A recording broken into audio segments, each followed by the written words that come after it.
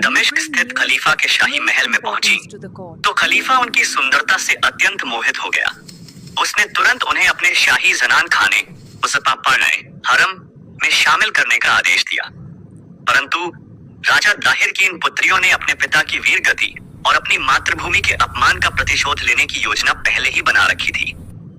उन्होंने अपनी अद्वितीय बुद्धिमत्ता और साहस का परिचय दिया। जब खलीफा ने उन्हें अपने जनान खाने में शामिल करने की इच्छा व्यक्त की तो सूरज देवी और परमाल देवी ने अत्यंत विनम्रता परंतु दृढ़ता के साथ खलीफा के समक्ष यह सनसनीखेज बयान दिया। हे खलीफा, हम आपकी सेवा के योग्य नहीं हैं।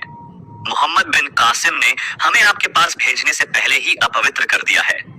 उसने हमें कई रातों तक अपने पास रखा और हमारी पवित्रता भंग की। अब हम आपकी सेवा के योग्य नहीं रही।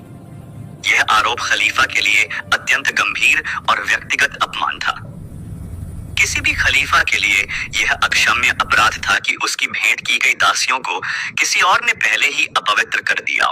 खलीफा ने इसे अपनी प्रतिष्ठा पर सीधा हमला माना। वह क्रोध से भर उठा और उसका चेहरा लाल हो गया। उसने मोहम्मद बिन कासिम को तत्काल मृत्यु दंड देने का आदेश दिया। बिना किसी पूछताछ या पुष्टि के खलीफा ने आदेश दिया कि मोहम्मद बिन कासिम को तुरंत दरबार में पेश किया जाए और उसे बैल की कच्ची खाल में सिलकर वापस दमिश्क लाया जाए। यह एक अत्यंत क्रूर और दर्दनाक सजा थी जिसमें व्यक्ति का दम घुट जाता था।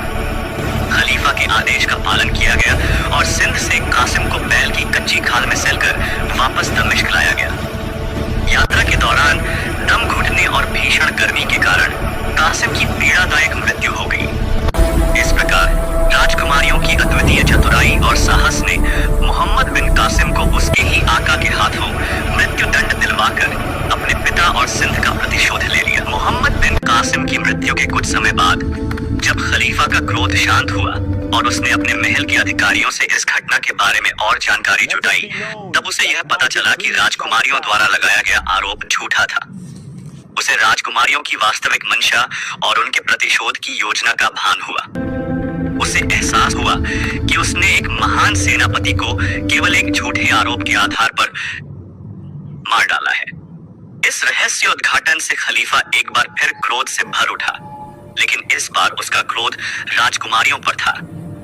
उसने तुरंत सूरज देवी और परमाल देवी को मृत्यु दंड देने का आदेश दिया। परंतु इन वीर राजकुमारियों ने खलीफा के आदेश का इंतजार नहीं किया।